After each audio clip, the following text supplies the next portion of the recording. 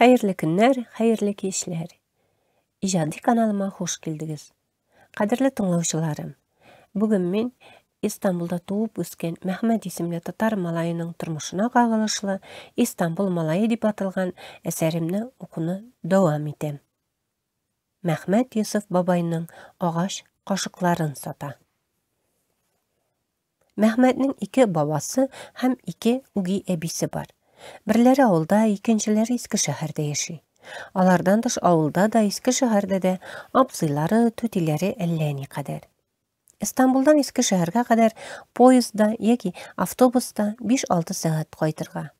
Türkiye'nin künbatış dünyak tarafındağı eski şehir başka bir köp qalalar gibi kuldan kulga köşüp turgan burungu qala. Yerleri Rimlilardan Selçuklerge, Selçuklerden soň Osmanlılarga, alardan Greklarga, Greklardan qabat Türklerge düşken. 14-15 gasırlarda Osmanlı imperiyasına nigiz saluşylarynyň izin saklagan tarihi Söğüt yerlerine yakın urnaşkan. Hem tau itegindegi atlılar güçke sıygan tar uramlardan turgan jinak gına qala bulgan. Şäheriniň kalkulukda urnaşkan ülüşine minseň, durt ýagyn taular uratgan tigizlik görene. Taulardan düşken sularyny jyýyp Pursak ýylgasy aga. Eski şäher 19-njy gasyr ahyrynda Türkiýege ayak baskan köp tatarlarynyň ýazmyşyn hal etken şäher. Dürüs, zamanynda bu kala köpke kişirek bulup, tau itegine ýalyşkan. Pursak ýylgasy tigizlik jerlerge hyja bulup akkan. Yerli halykka jeýilip urnaşyrga joy kaldyrmagan kebek. Ýyllar uzgaç, ýylga ýarlary taraya, mine şu sudan boşagan bilemelerini köşmenlerge de taqdim etkenler. Tau itegindegilerde akırınlap aska düşe, şäher şulay tigizlikke köşene.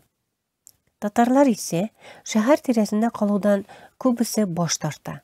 Ajeplenesi yok. Birden ýylga boyunda gil sazlyk diýerge bula. Şuna göre tişlese ütüre turgan eri şerkiler myжgyp tura. Bular yanında, dugan ýaklarında, jey günlerinde bızıldap tenkege tigen, tişlesiler kışıtudan başka ziyan salmagan vak uzun burunlarını sagınıp iske almalı.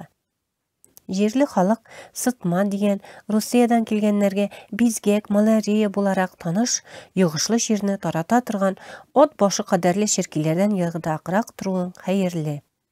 İkinciden, kilgen gitken edemler bilen tuly şäher nesillerin yutar.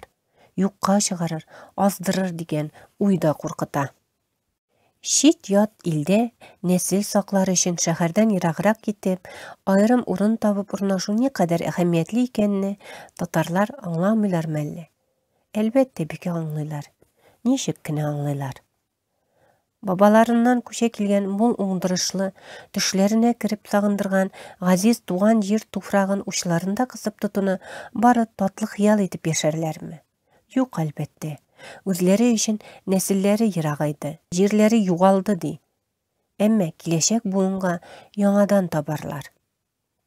Lekin barybir wagtlar uzu bilen ýylga şäher özeginde kalır, turmuş zamanasyna köre kırılır, edem balası şuňa buýsunur. Awulnyklar zoraygan kala ýollaryn taptar, ýoňalar kile turur, ryzyklарын şunda tabar. Mehmet'nin eski şäherdäki Yusuf babası Hüyük awulynda turgan Hanif babası kebek yer bilen şugullanmy. Awulda ýaşagan çagynda ok kesibi timirçilik bulgan, dişilgen samawurlaryny, gymganlaryny ýamagan, gaý wagt İstanbuldagy Zerkençi Rafik abisi gunakka kilgeç küle-küle şul wagtlaryny esке düşürip silep otururga ýarata. Birsinde ol süzen: "Abay hatirlisinmi? Äti ýamagan samawur üçin miňa şep ilekken idi" dip nyk gyzyga ýebersilerge jyňganday üşünüp başlap gitdi. Abysynyň ýylmaýyp gına kuýganyn görgeç upkelegende aýtdy: "Külme, men bary tik ätiniň işlegeni boşka gitmesin üçin tırışdym." Ätisi orunna Mehmet babası turunda sıraşa başlagaç gına ýene sözünde dowam etdi. "Ýary, häzir söýleýim. Enem, tyňla, bulaýrak. Babam küni boyu awuldagy bir kişiniň samawury bilen meşgildi. Ellençe urundan düşilgen. Bik tırışdy indi şunu ýamap bitirirge. Elle arıp gitdi, elle minim tikirgenini gördi. Ýoňarty bitirgeç iltip birige kuşdy. Gittim, kulumda özüm kadar samawur. Awulnyň ikinci ýyşyna kadar barıp ýetkençe tirlep pişdi. Özüm oýlym, äti sıragan 2 lira nerse indi ol? Әти шулай әйбәт төзәтмәсә, Тимер абзыйга яңанан 5 мәртәбә кыйммәткә аласы булыр иде. 5 түгел, 10 тапкырга күбрәк чыгар иде акчасы. Әтинең эшләгәненә 2 лира бигрәк аз дим. Әле илтеп биргәнне дә өстәсәң. Шулай хисаплый барып җиттем дә, әти 5 лира сорады дип ишек алдында йөргән Тимер бабай алдына самавырны китереп куйдым. Мәхмәтнең әтисе энесен бүлеп кычкырып көлеп җибәрде. Син хисапларга яратасың инде. Ак күзлекләрен дә әйбәт ясаган идең. Буларның нигә көлгәнен аңлап җиткермәгән Мәхмәткә көлүләреннән бигрәк алга таба ни булып беткәне кызык иде. Шуннан Рафик абый ни булды? Шуннан Тимер бабайның күзләре тәгәрәп төшә язды. Һич көтмәгәндә аяк киемен салды да шуның белән тотынды мине кыйнарга. Көчкә ышкынып качтым. Артымнан аклы карагалы тавыш белән кычкырып калды. Мин синең атаңны беләм, малай. Ул гомердә шуның кадәр сорамас. Синең атаң аш күз түгел, аның белән үзем сөйләшермен. Хөсәен буйлы көлмичә җитди итеп әйтеп куйды. Дөресе шул. Һәр нәрсәдән канәгать, һич кемнән артык акча сорамас, биргән кадәр алыр. Аннары Тимер бабай өйгә килеп җитте. Әтигә сөйләде хәлләрне. Мәхмәтнең күз алдына кырыс бабасы килде. Рафик абыйсын кызганып сорады. Бабай сине нык кыйнадымы соң? Абыйлы энеле бер-берсенә карап куйды. Әллә ничек, әтиләрен хурлап утыралар кебек. Ярамас болай. Юк, кыйнамады. Үзе чыгарган җырларын гына әйтте. Хөсәен янә көлеп җибәрде. Мәхмәт аптырап абыйсына текәлде. Ник, әле әтиең һич сөйләмәдеме? Синең бабаң шигырьләрдә чыгара бит әле. Самавыр күтәреп биргәндә. Менә тыңла. Йосыф оста арбасын этеп китә базарга. Күп чалыша, аз казына, шөкер итә Худайга. Йосыф оста арба тарта, михнәт дисәң көн дә арта, базарларда сатыш юк, кайгы хәсрәт алып кайта. Хәсрәт Йосыф бабайга шактый килгән шул. Кызы 8 яшьтә үлә, аннары 13 яшьлек улын эттешли, шуннан тернәкләре алмый, мәрхүм була. Хатыны Мәхфүзә 5нче бала тапканда якты дөньядан аерыла. Яңа туган сабый 3 айдан соң күзләрен йома. Шулай итеп, олы улы Хөсәен 15, кече улы Рафик 3 яшьләрдә чагында тол кала. 49 яшендә янә өйләнергә карар кыла.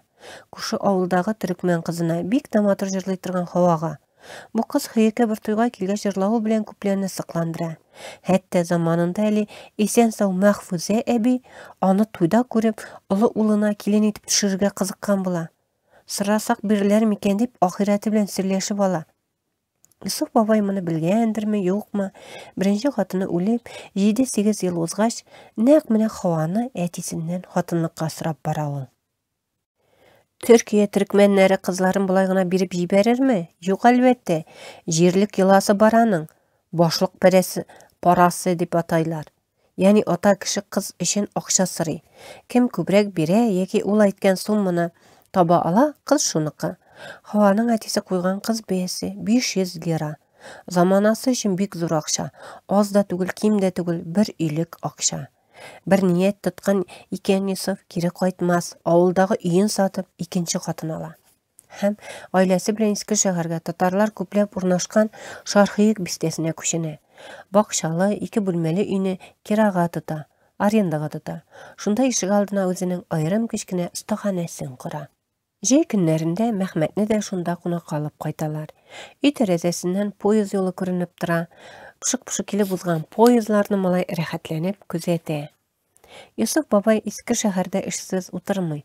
Агачтан кашыклар, уклау такталар, булардан да дүдекләр, тимер сыбызгылар, тәнәкә тимердән шикәр кашыклар ясый һәм шуларны базарга алып барып сата. Мәхмәт кунакка кайткач, аны да базарга йөртеп китә. Малайның бабасына булышырлык тәҗрибәсе бар. Шәһәр базарында үлән, дәре оты саткан иде бит бер тапкыр. Кычкырып сатып алучыларны чакырга киреште. Шул көннәр исенә төште. Әйдә, кычкырсам базарда әйбәтрәк була. Агач кашыклар.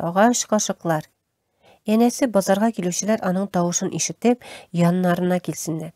Кычкырып тору бушка китми. Ыгы-зыгылы базарда һәр нәрсәне күреп бетерермен димә. Шуңа күрә кычкырып чакырганнарга кеше күбрәк туктала. Шулай кычкырып торганда намаз якынлашты. Бабасы бар әйберләрен оныңына әманәт итеп мәчеткә китеп барды.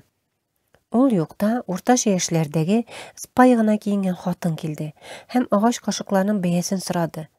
Мәхмәт, оныттым, хәзер бабам килер, ул әйтер дип тора алмый бит инде. Хатын көтөп тормас, кашык алмый китәр, барыр. Уйына килгән бәяне әйтте дә куйды. Ни гаҗәп, хатын янчыгыннан акчасын чыгарып малайга сузды. Үзе теләгән кашыкны сайлап алды һәм юлын дәвам итте. Мәхмәт үзен әллә нинди зур эш кыргандай хис итте. Эшенә горурлык кырып утырды. Горурлыктан бигрәк тәкәбберлек иде ахыры. Бабасы килгәч эшләгән акчасын аңар гаяр кыяфәт чыгарып сузды. Бабай, мин кашык саттым. Бер хатын алды. Менә акчасы. Бабасының күзләре түгәрәкләнде. Бер акчага бер аңар карап сорады. Ничә кашык саттың, улым? Бернеме? Әйе, шуның кадәр акча алдыңмы? 3 кашык бәясе бу. Нишләдең син, улым? Артык акча алгансың. Гынах. Бабасының ачуы тәкәбберлеген типкеләп кенә калмады. Таптап изде төсле. Уятыннан базардан чыгып кашасы килде. Кая таба китте, улым? Кая ул хатын? Күрсәт миңа. Мәхмәт хатын киткән якка төртеп күрсәтте. Бабасы кабалана шул тарафка чапты. Оныгының начар гамәлен төзәтергә, оңактан йөреп калырга йөгерде генә бабасы. Малай аны борчылып 4 күз белән көтеп калды. 10-15 минут узмагандыр. Кашык алган хатынга акчасының күп өлешен кайтарган Йосыф бабай кире килде. Кызуы басыла төшкән. Кәефсез басып торган оныгына тыныч кына нәсихәтен бирде. Башка вакыт үзең генә калганда бәяне азрак итеп әйтсәң дә булыр. Улым, бәя күтәрәм дип кеше хакына керсәң, бурыч җыярсың. Бер кайчан бурычлы калырга ярамый. Аңладыңмы? Бурычлы безгә булсыннар, без бурычлы булмыйк. Теге чакта димәк, Рафик абыйга менә ни өчен эләккән. Кымсызлык, кирәгеннән артык бәя арттыру, кеше хакына керү, кеше алдау, бурычка бату икән. Мәхмәт Йосыф бабасыннан иң зур сабакны менә шулай алды. Әсәрнең дәвамы киләсе видеоларда.